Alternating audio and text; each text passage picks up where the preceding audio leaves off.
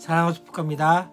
3월 29일 화요일 말씀을 여는 하루 함께 하도록 하겠습니다. 또 어떻게 잘 지내시고 계십니까? 묵상하는 것들이 어떻게 잘 진행이 되어지고 있는지 궁금합니다. 같이 함께 할 때는 참 쉬웠지만은 또 그렇게 의무감이나 또한 그렇게 했지만은 아마 혼자 하는 것들이 쉽지 않은 상황 가운데 있을 것입니다.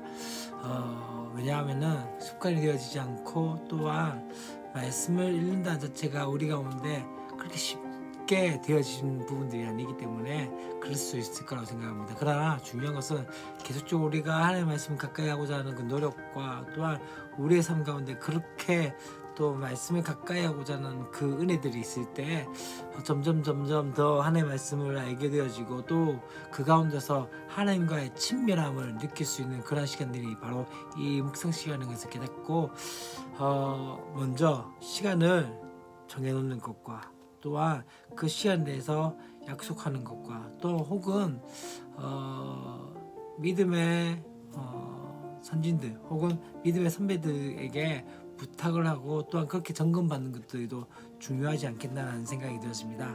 그런 말미암아 좀 말씀을 가까이 하고 또 그런 하나님을 더욱더 친밀하게 여길 수 있는 저 여러분 되었으면 좋겠습니다.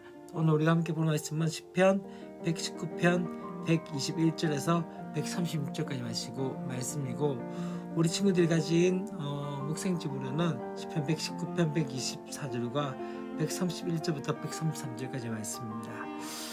어둠 속에 있을 때 중요한 것은 무엇일까요? 바로 빛입니다. 아무리 어둡더라도 한 줄기 빛만 들어가게 되어지면 어둠만 물러가게 되어져 있죠. 칠흑 같은 어둠과 같은 우리의 삶 가운데서도 중요한 건 무엇일까요? 바로 작은 서광의 빛이 비춰지게 되면 다시 한번 희망을 가질 수 있게 되어지지 않을까 하는 생각이 듭니다. 세상의 이치 중에 하나가 무엇일까요? 그것은 다른 것이 아니라 바로 어둠 뒤에 빛이 오게 되어지며 밤이 지나면 반드시 새벽이 오게 되어진다는 것이죠. 그렇기 때문에 다시 한번 우리가 한번 구해야 할 것은 무엇입니까?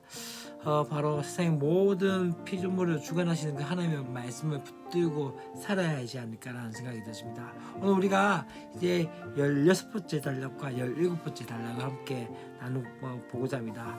여기서 첫 번째 우리가 보고자 하는 것은 무엇이냐면 바로 하나님의 성실하심을 믿으라는 것입니다.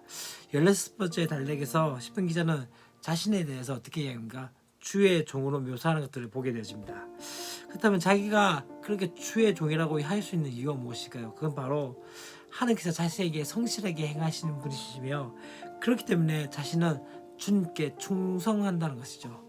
또 중요한 것은요, 시편 121절 말씀 가운데 이제 어떠합니까? 내가 정의와 공의를 행하였사오니라고 말하고 있는 것을 보게 되십니다. 그것은 자신의 공적이 아니라 무엇입니까? 은혜 때문에 은혜 베푸심의 증거라는 것을 보게 되어집니다. 시편 기자의 인생의 방향에서 참 중요한 것 중에 하나는 바로 공의와 정의가 특징입니다. 근데 그의 인생이 실제로 이렇게 정의롭고 공의로운 이유는 그가 어떠한 일을 했기 때문이 아니라 바로 주님께서 은혜를 베푸셨기 때문이라고 말하고 있는 거죠. 자신의 도덕적인 능력으로는 이건 불가능하다는 거죠. 근데 바로 이러한 삶은 바로 은혜로 배워졌다는 것을 보게 됩니다. 그럼 참 우리의 삶 가운데 되짚어 봐야 될 것이 이것입니다.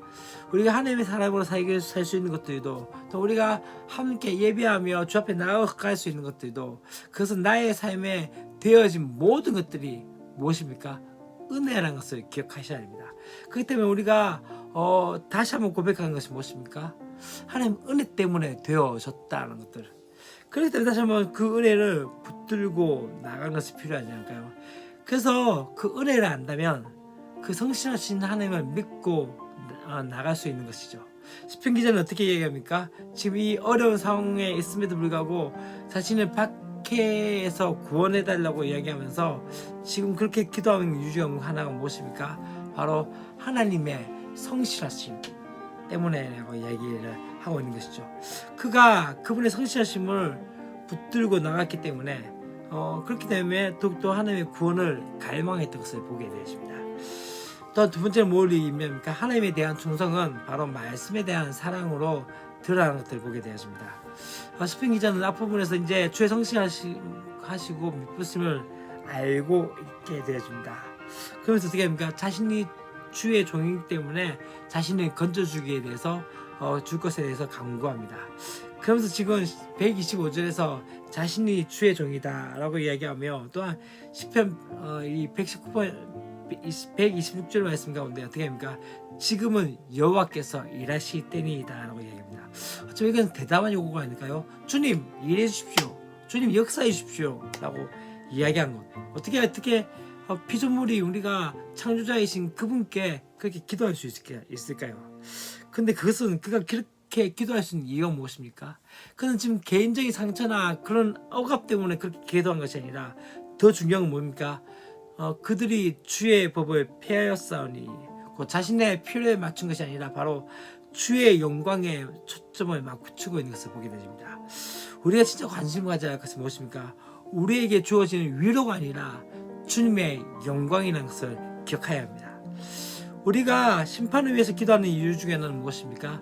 하나님께서 영광을 받으시기 원하시기 때문이죠. 어쩌면은 시편 기자의 상황은 주변에 지금 하나님의 법을 멸시하는 사람들로 인해서 둘러싸여 있었습니다. 그럼에도 불구하고 그가 어떻게 얘기합니까? 더욱더 하나님의 말씀을 더욱더 사랑하고 그 말씀에 대해서 강렬해진 것들을 보게 되십니다. 그래서 심지어는 어떻게 얘기합니까? 주의 계명들을 금 곧 순금보다 더 사랑하다라고 얘기하죠. 그러면 한번 물어볼까요? 지금 순금이 있고 주의 말씀이 있을 때 과연 이것을 선택할까요? 저것을 선택할까요? 시편 기자는 순금보다 말씀을 선택한다라고 말씀을 하고 있는 것이죠. 왜냐하면 그것이 바로 주의 말씀을 사랑한 것으로 나타난 것들을 보게 되어집니다. 세 번째 보고자 하는 것은 바로 말씀의 빛이 비춰야 한다는 것이죠.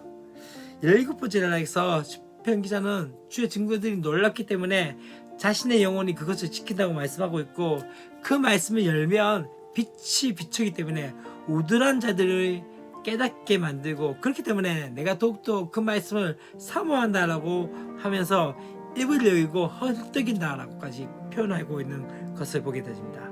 곧 그분의 말씀이 우리의 삶에 비춰지기만 하면 된다는 것이죠. 말씀이 열려진 것은 무엇입니까? 바로 은혜의 역사임을 알기 때문에 그가 이야기한 것은 무엇입니까? 내게 돌이키사 내게 은혜를 베푸소서라고 고백하는 것을 보게 되십니다. 여기서 중요한 것은 바로 시편 기자의 상황입니다. 후반부에서 말씀한 것이 무엇일까요? 지금 이 단락에서 후반부에서 어떤 이야기합니까? 어떤 죄악, 사람의 박해, 내 눈물이 시냇물같이 흘러나이다. 그 무엇은 어떤 상황입니까? 죄악의 상황이 있고 박해가 있고 또한 기쁨보다 눈물이 많은 상황이죠. 어쩌면 이런 세상이 우리가 느끼고 있는 상황이 아닐까요? 타락한 세상 속에 중요한 것은 은혜가 흘러가야 한다는 것이죠. 그래서 어쩌면은 시편 기자가 앞부분에서 그토록 원하고 있는 것은 무엇입니까? 하나님의 말씀이 열리게 해달라고. 또한 하나님, 내가 주의 말씀을 듣고자 헐떡입니다. 내가 입을 벌려 헐떡이고 있습니다 라고 이야기합니다. 왜냐하면 지금 내 삶이 어둠입니다. 그렇기 때문에 중요한 것은 어둠이기 때문에 다른 것이 필요하지 않습니다. 빛이 필요합니다. 빛 대신 주의 말씀이 내게 임할 때 우리의 삶은 행복하게 되어지는 것입니다. 그렇다면 여러분 어떠하십니까? 말씀을 사모하십니까? 또 그 말씀을 정말로 사랑하시는지 다시 한번 생각해 보시며 그 말씀을 가까이 할 수 있는 저와 여러분의 삶이 되었으면 좋겠습니다. 그냥 들리는 말씀이 아니라 칠흑 같은 어둠 가운데 내 삶 가운데 빛의 소광이 나타나는 그 역사들이 저와 여러분의 삶 가운데 있기를 축원합니다. 내일도 기쁜 마음과 함께 뵙도록 하겠습니다. 사랑과 축복합니다. 안녕.